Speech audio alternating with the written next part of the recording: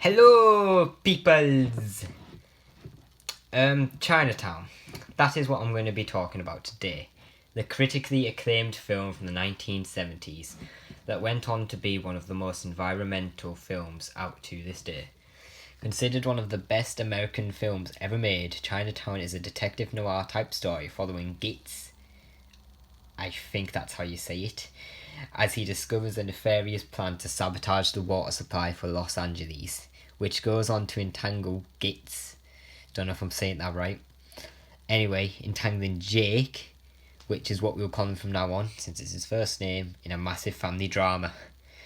The film was heavily influenced by an event called the Californian Water Wars, which, without context, sounds like a massive water gunfight.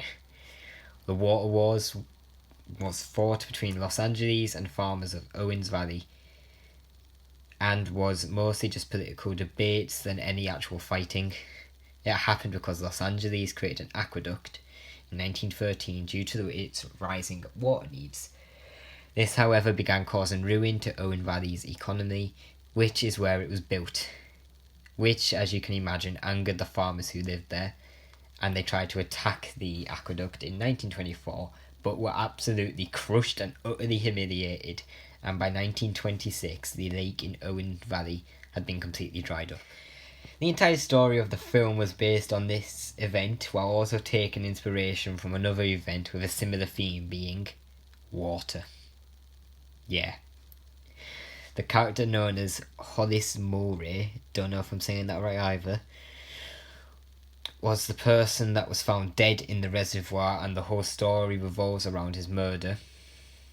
This character was inspired by an Irish immigrant called William Mulholland, who was the chief engineer of the aqueduct that carried water from Owens Valley to Los Angeles. His career mirrors Mulray in the film, as he opposes the dam wanted by Noah Cross, the main bad guy, as he does not want to repeat the past mistakes of endangering safety and stuff like that, which, like I said before, mirrors Mulholland, as he oversaw the inspection of the St. Francis Dam on March 12, 1928, the day that the dam burst and killed 600 people. The film was made during the 1970s when the whole Watergate scandal would happen. You know, when President Nixon burgled the Watergate building because he was paranoid, and he got away with it. This showed the public the amount of corruption in office and politics and stuff like that, and how people of power can get away with quite a lot, which can actually be seen in Chinatown with the character of Noah Cross. Quick summary of who he is: he's the bad guy, rich, and raped his daughter, and now she is the mother of her own sister. Said sister, Noah wants for some reason, maybe to cover up that he raped his daughter when she was only 15. He also killed Mulray because of the whole building a dam and Mulray not agreeing with it, and also, yeah. All caught up? Good. Where was I? Oh yeah. Basically, because of all his power, wealth and stuff, he was able to get away with it all. Everything seemed like a crazy person, so no one believed her apart from Jake. So he never ended up going to prison and got exactly what he wanted, just like Nixon did. During production for this film, there were quite a few squabbles, should we call them, behind the scenes, most notably between Faye Dunaway, who played Evelyn, and the director Polinsky, with a big instance being when one of Dunaway's hairs were out of place, so Polinsky just reached over and pinched it off her head, annoying her, causing her to run off to her trailer screaming. Dunaway would later go on to say it wasn't the hair that bothered her, it was, in her words, the incessant cruelty that I felt, the constant sarcasm, the never-ending need to humiliate me. Another one of these squabbles would be between Polinsky again and Robert Towne, who was responsible for the original screenplay for the film.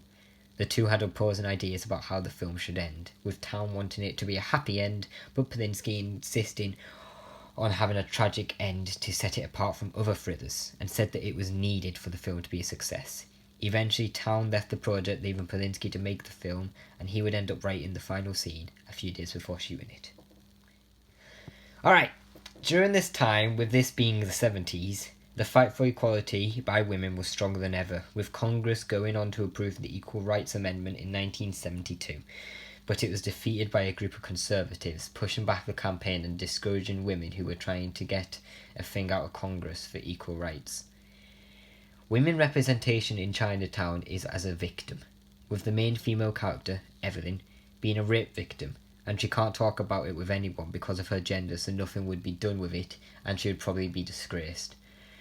Representation of men in the 70s, however, was pretty good, with many people being angered by the women's rights movement, mainly conservatives who feel it would change gender roles in society and wanting men to remain superior in society. In Chinatown, men dominate most of the roles in the film, being the main good guy, main bad guy, thugs, minions working for the main bad, supporting good guys such as police. The only role they did not play was the victim, which was left to the woman, kind of undermining them when the main female character being killed off as well. Gender representation in films has changed greatly, and more strong female characters are appearing, and films having female leads also increasing as well. A good example of how female representation has changed is Hidden Figures, a film showing how free black women were critical in putting man in space, and without those women it wouldn't have happened as soon as it did.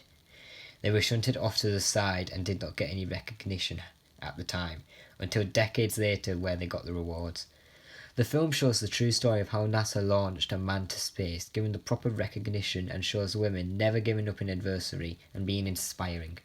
A film like this would never happen back in the 70s due to the controversy with women's rights. The amount of environmental awareness raised from films has increased as well from the 70s to now, especially with climate change also rising at the alarming rate due to mankind's involvement in the environment, similar to Chinatown's water supply being tampered with by mankind, affecting the environment as well. Back then, we were just starting to touch upon how much we influence the environment, and nowadays we have a much bigger understanding, with several groups being formed in defence of the environment and to help the planet heal itself, even with the governments creating acts to help the planet. A massive event that will influence how I film my films for quite a while will be COVID-19, with me finding it harder to get actors because of constant lockdowns and fear for personal safety. With it seemingly going to continue for quite a while, it will greatly change how my films are made for many months to come. Violence nowadays is also a bit more extreme, with countless riots in America and people all over the planet growing restless. The way I portray my films will need to be considered, as well as Black Lives Matter protests. Anyway, thank you everyone for watching this video essay on the film Chinatown and how it was influenced by its context in events during its time, and how films nowadays have changed and will continue to change. Hope you enjoyed this video. Goodbye now everyone, have an amazing day. Bye!